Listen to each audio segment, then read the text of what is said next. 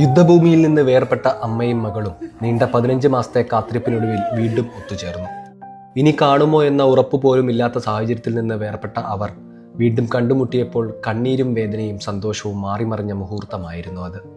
ഖത്തറിന്റെയും തുർക്കിയയുടെയും സംയുക്ത ദൗത്യത്തിനൊടുവിലാണ് ഗസയിൽ നിന്നുള്ള കൊച്ചുമിടുക്കി ഇബ്തിസാമും മാതാവ് അസ്ഹറും വീണ്ടും ഒന്നായത്.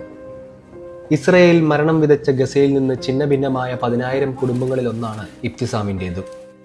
പിഞ്ചു കുഞ്ഞുങ്ങൾ മുതൽ പ്രായമായവർ വരെ കൊല്ലപ്പെടുകയും പരിക്കേൽക്കുകയും ചെയ്ത മണ്ണിൽ നിന്ന് യുദ്ധത്തിന്റെ ആദ്യ നാളിൽ ദോഹയിലേക്ക് എത്തിപ്പെട്ടതാണ് 10 വയസ്സുകാരിയായ ഇബ്തിസാം.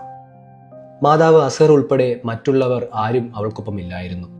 യുദ്ധത്തിൽ പരിക്കേറ്റ 1500ഓളം പലസ്തീനികളെ ഖത്തറിലെത്തിച്ച് ചികിത്സിക്കാമെന്നും അമീർ Sheikh Tamim bin Hamad Al താനിയുടെ പ്രഖ്യാപനത്തിന് പിന്നാലെ ഒരുക്കിയ എയർ ബ്രിഡ്ജിലൂടെയായിരുന്നു മറ്റു കുട്ടികൾക്കും സ്ത്രീകൾക്കുമൊപ്പം ഗസയിൽ നിന്ന് ഇബ്തിസാമും ഖത്തറിലെത്തിയത്.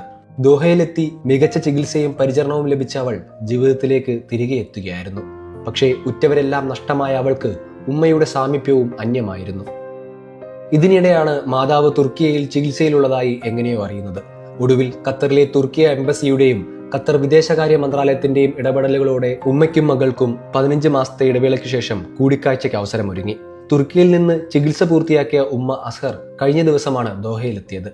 അതിവൈകാരികമായ ആ കൂടിച്ചേരലിനെ സാക്ഷ്യം വഹിച്ചത് ഖത്തറിന്റെ അന്താരാഷ്ട്ര സഹകരണ സഹമന്ത്രി മറിയം അൽ മിസ്നദും തുർക്കിയ അംബാസഡർ മുസ്തഫ ഗോക്സുവും. ചില്ലുകവാടം കടന്നെത്തിയ ഉമ്മയെ കണ്ട് അവൾ ഇരിപ്പിടത്തിൽ നിന്ന് ഓടിയെത്തി. ബൊക്കെ നൽകും മുമ്പേ മാതൃകരങ്ങളാൽ അവൾ വലയം ചെയ്യപ്പെട്ടു. മകളുടെ മുടിയിഴകളിലൂടെ തലോടിയും നെറ്റിയിൽ ഉമ്മ വെച്ചും മതിവരാതെ ആ ഉമ്മ അവളെ വീണ്ടും വീണ്ടും താലോലിച്ചു.